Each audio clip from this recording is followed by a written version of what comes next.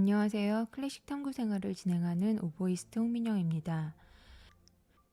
작곡가는 어떤 영감으로 예술혼을 펼치는지 궁금할 때가 있습니다. 문학 작품에서 오기도 하고 스스로 펼치는 화성의 이론이기도 합니다. 꿈에서 영감을 받았고 작품으로 남겼다면 어떤 음악일까요? 오늘의 빛나는 음악은 베를리오즈의 환상교향곡입니다. 베를리오즈는 1803년생이고 쇼팽은 1810년생입니다. 베를리오즈가 초1 때 쇼팽이 태어난 것이죠. 베토벤과 관계가 있으니 베토벤도 알아볼까요? 베토벤은 1770년에서 1827년입니다. 베토벤 33세 베를리오즈가 출생했습니다. 베토벤은 베를리오즈의 삼촌 정도가 되고 또 쇼팽의 형 정도가 되겠네요. 시대를 기억할 때 음악가의 나이로 형, 동생, 삼촌, 선생님, 할아버지 이렇게 나누면 더 잘 기억되는 것 같습니다. 베를리오즈는 의사 집안이고 의사가 되기를 권유받았다고 합니다. 하지만 음악을 하고 싶어서 베를리오즈는 파리 고등음악원에 갔습니다. 좋은 실력으로 로마 대상을 받았다고 합니다. 로마 대상은 무엇일까요? 로마 대상은 프랑스의 예술학생, 음악, 건축, 미술, 조각을 공부하는 학생에게 주어지는 상입니다. 음악상 선발 기준은 파리 음악원 학생 중에서 선발됩니다. 이렇게 선발된 학생은 로마에서 1년 동안 유학을 할 수 있게 되는데요. 이것은 그 당시 엄청난 혜택입니다. 베를리오즈는 베토벤 연구를 책으로 쓰기도 했어요. 다른 책으로는 악기 편성론도 있습니다. 오케스트레이션이 강점인 책이라고 말할 수 있습니다. 지휘에 관한 책도 썼는데요. 베를리오즈 지휘서는 지금의 지휘자들이 참고가 되는 글이 존재합니다. 그 참고가 되는 글을 한번 읽어드리면 진정한 지휘자는 박자를 맞추는 것 이상으로 악보에 대한 상세한 지식을 지녀야 하며 오케스트라 모든 악기의 특성과 한계를 잘 알아야 한다. 너무나 당연한 말이지만 이렇게 책에 썼다는 것은 당연하지 않고 지시하는 것처럼 느껴지지 않으세요? 루소가 남긴 말을 보면 지휘자의 역할은 템포를 조절하고 박자를 표시하는 것이며 잘된 작품은 지휘자가 필요 없는 작품이다. 이렇게 표기가 되어 있는 것을 발견할 수 있습니다. 베를리오즈 지휘서에 대해 미루어 생각을 하면 음악의 해석보다는 박자 지시 정도로 해왔던 지휘의 해석의 의미를 더해 쓴 책인 것 같습니다. 젊은 시절 그가 파리 음악원에서 공부할 때 관현악법 관련 교재가 따로 없었다고 합니다. 베를리오즈는 피아노도 다루지 못하니 작곡할 때 어려움이 많았습니다. 관현악법을 스스로 터득하고 작곡하는 동안 목관, 금관, 현악기가 지닌 특성과 표현에 관한 것들을 그 누구보다 정확하게 인지하게 되었습니다.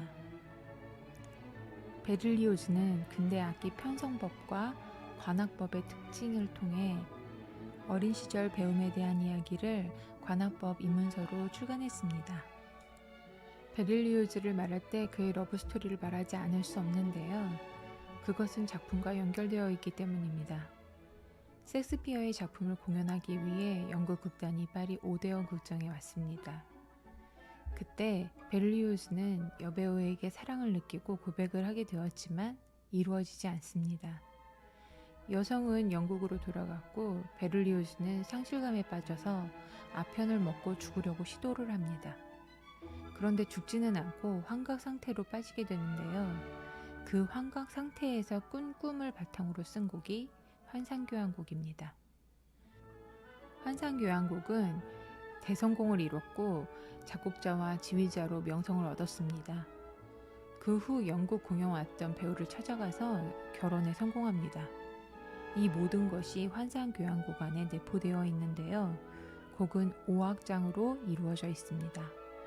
악장마다 부제가 있습니다. 악장을 간단히 살펴보겠습니다. 1악장은 꿈 열정입니다. 단조로 긴 서주가 연주됩니다. 젊은 예술가의 연인을 향한 마음, 그리움, 불안을 표현한 긴 서주가 나옵니다.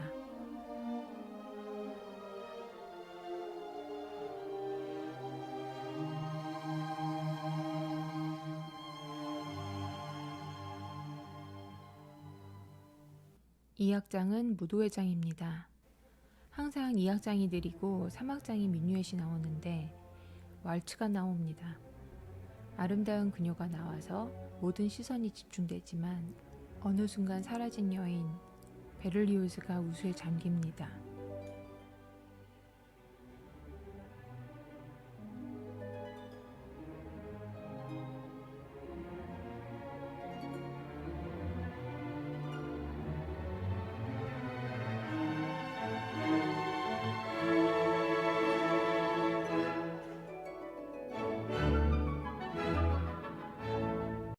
사막장은 전원 풍경입니다.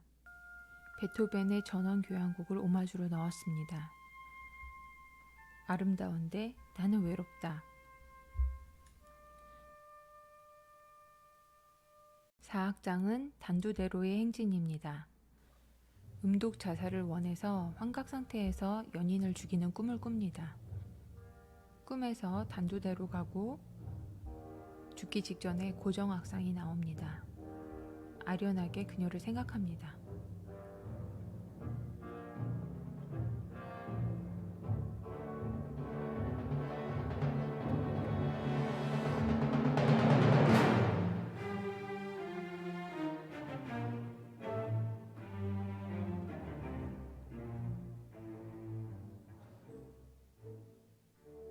오악장은 마녀들의 연회입니다. 정신이 들었더니 마녀들이 옵니다. 마녀들의 오는 그 부분은 트레몰로로 시작합니다. 아주 괴기스러운 느낌이 듭니다.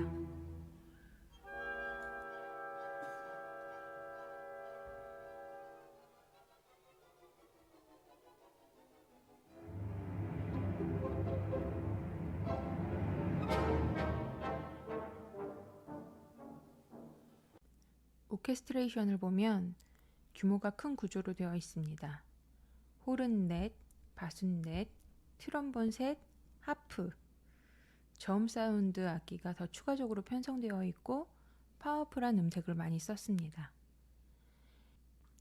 1악장에서 고정 악상이 나오는데요. 한번 들려드리겠습니다.